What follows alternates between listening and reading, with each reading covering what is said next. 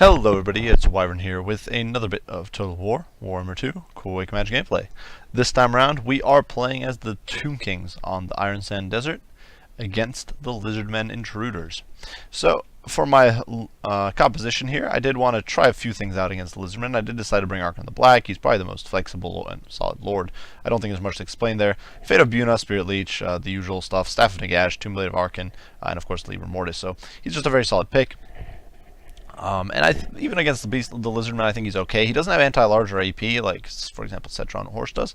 But nonetheless, he is pretty survivable. He can juke around and provide that Lord of Death. Alongside him, I am bringing a little bit of a selection of units here. So I did decide to bring a Lich Priest of Light, and this is one of the silly gimmicks I do like to do a little bit with Archon. Archon can, of course, provide healing, and with the Mage of Light, you can also bring Enkil's Kanapai, which is really useful. It provides 66% magic resistance, and that's very important because he's going to be backing my Hex Wraiths. He's also providing Nefarious Scrolls of Mighty Incantations, which is actually pretty significant buff to power recharge rate. Net of Mintok, because I found that this is a useful spell, just as a utility spell for isolating units. False Protection for that armor and melee defense. It's a cheap support spell. And then, of course, he has the built-in Curse of Zar. Alongside that, I'm bringing a unit of Hex Wraiths. These guys are decent against Lizardmen, in my opinion, because Lizardmen don't have that much magic damage, unless they bring, say, a Laser Lizard. Otherwise, they don't really have much to deal with it. The Hex Wraiths provide armor piercing and magic damage and all that stuff. And of course, when they're backed up by Archon, Archon does provide that AoE +5/+5 buff, which makes them a little bit more competitive. And they, of course, do provide Fear and Terror, which is actually useful against the Lizardmen, who have a lot of units that are susceptible. Most of their infantry is, actually all of their infantry is susceptible to Fear and Terror. I also did bring a Sphinx of Usef, which is, I didn't expect it to be particularly risky. Obviously, there's a lot of monstrous units. You need that mass, you need that punching power to tear those down. So I figured it's a pretty safe pick. The Lizardmen don't have the best missiles. So with its high armor piercing, its bonus versus large. I'm not entirely sure how big its bonus versus large is. 35, so definitely crazy melee attack against large. Fire and magic, not too important though. If you're fighting Krokar, for example, it can kick in and he pops his 22% Fizz resist from the Sacred Spawning. For my front line, I do have the Kepra Guard here in the center, anchoring things with their regeneration and good melee stats. They are backed by 4 units of Tomb Guard with halberds to deal with enemy large and armored. And you can see already bolts are flying into my Sphinx of Utsef, knocking down its HP on this poor bugger. On the far flanks, we do have 2 units of Skeleton Warriors, who are simply there to stiffen up the front line and make it a little wider, give me a little bit of extra size. For my opponent, he did decide to do a bit of an interesting build, and you can see he's going to be chipping away at my Sphinx here. He brought 2 Stegadons, and this was not something I expected. Now, of course, Stegadons will monkey stomp the front line for the infantry lines, even with Tomb Guard with halberds, they'll do pretty well. And that Ballista is actually going to be doing some great chip damage against my Sphinx of Usef, as we'll shortly see once they start hitting. For his front line, my opponent went very cheap. Obviously, he couldn't afford very much, so he brought 4 Skink cohorts backed by a unit of Star Warriors, but then they are backed by 3 units of Temple Guards, and the Temple Guards are, of course, pretty monstrous combatants.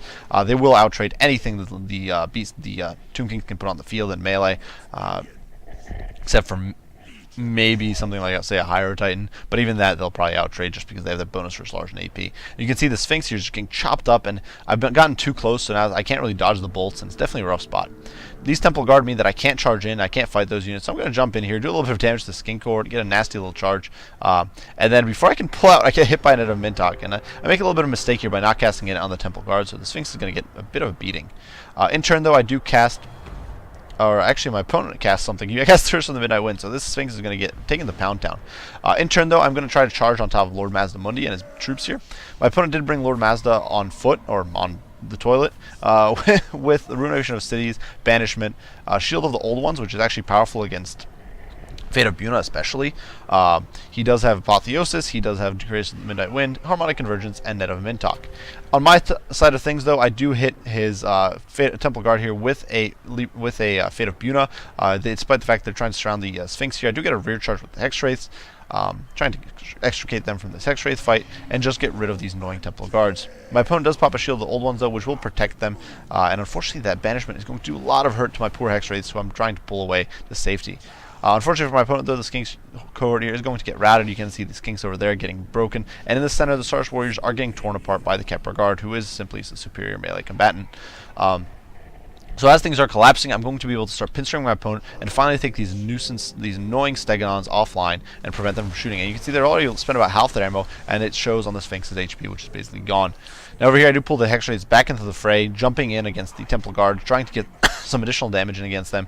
Of course, these guys do have some pretty good melee. They do have okay melee stats, but not the greatest. And obviously on the charge, the Hex Wraiths will be able to punish them pretty badly. Unfortunately, the Sphinx is still taking a beating here. It's down to 2,300 HP, and don't have the healing. Obviously, I didn't bring a Necrotech, so I'm definitely not really able to heal it up.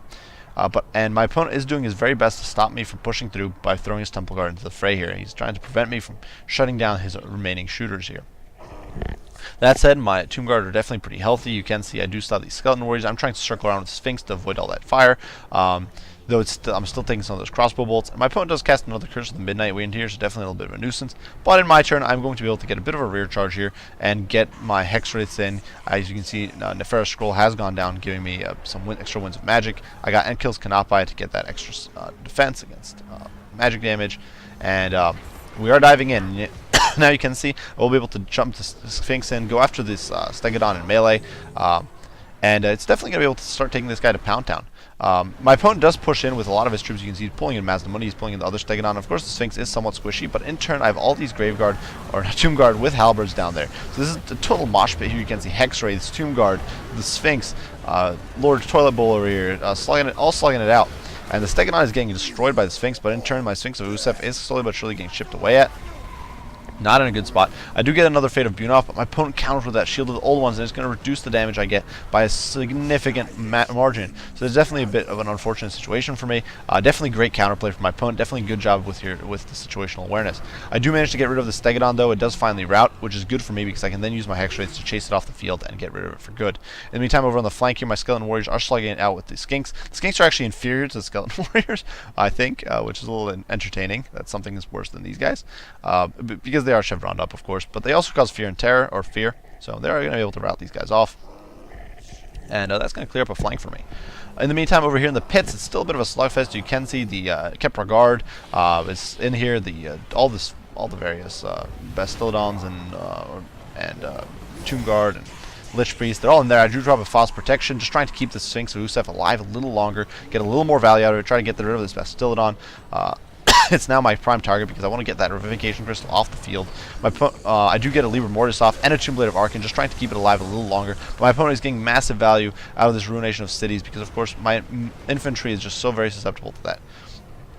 That said, the Sphinx is definitely getting some value. It is getting healed up a whole bunch. It still has a decent amount on its healing cap, and it is able to kind of pulverize this Bastildon. The Bastildon is definitely falling apart. Stegadon's getting chased off. You can see it's refusing to shatter right up to the bitter end here, so the Hex Wraiths don't manage to shatter until it's all the way there.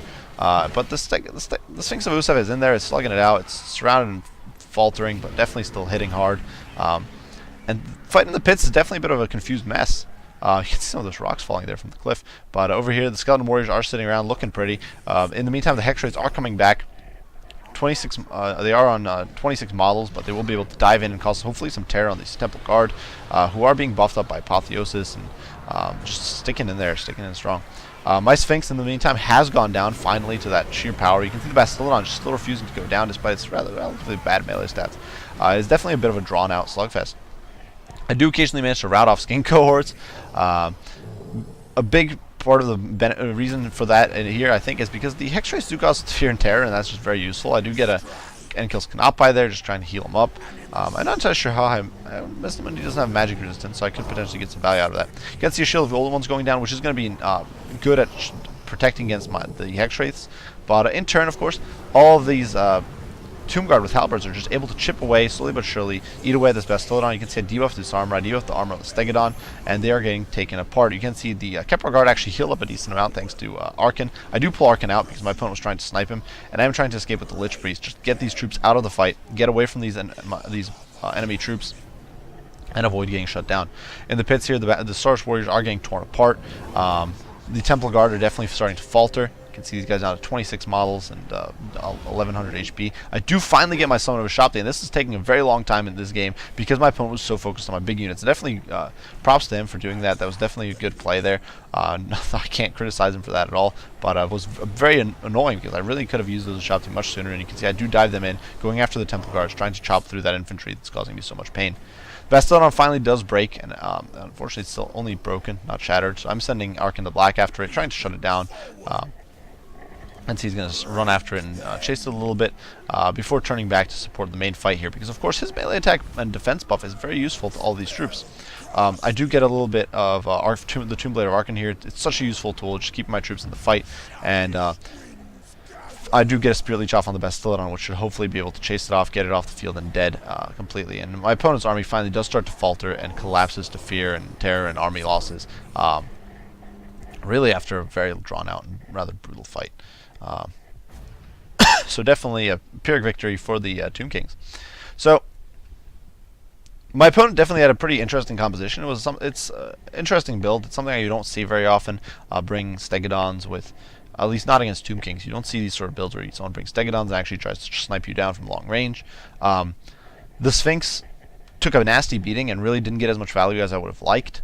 Even though in the long run it did eventually manage to kill one of the Stegadons or help rout off one of the Stegadons and then almost kill off the Bastiladon, it was still got beaten up pretty badly and just didn't get as much value as I would have liked. One of the key anchors in this battle was actually the Hex Wraiths, who really managed to lay the smackdown on some of those heavily armored units despite Lord Maznabundi's shields and all that sort of stuff. My Lich Priest did eventually die, but I got some value out of his spells and of course out of the protection he provides against enemy spell damage.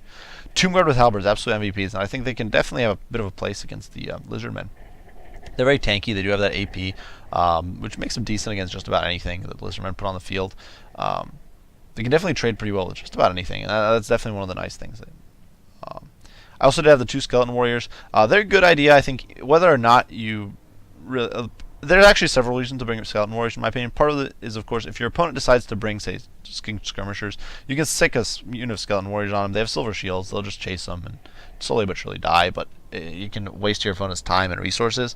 And otherwise, in melee, veteran up like this, they'll out-trade Skinks, and obviously they're pretty crappy, but they can give you a whole bunch of... They can quickly get you to your Realm of Souls cap and get you those Ashopti a little faster, which unfortunately my opponent, because it's single-minded focus on my high-end units, and definitely that's not a bad idea.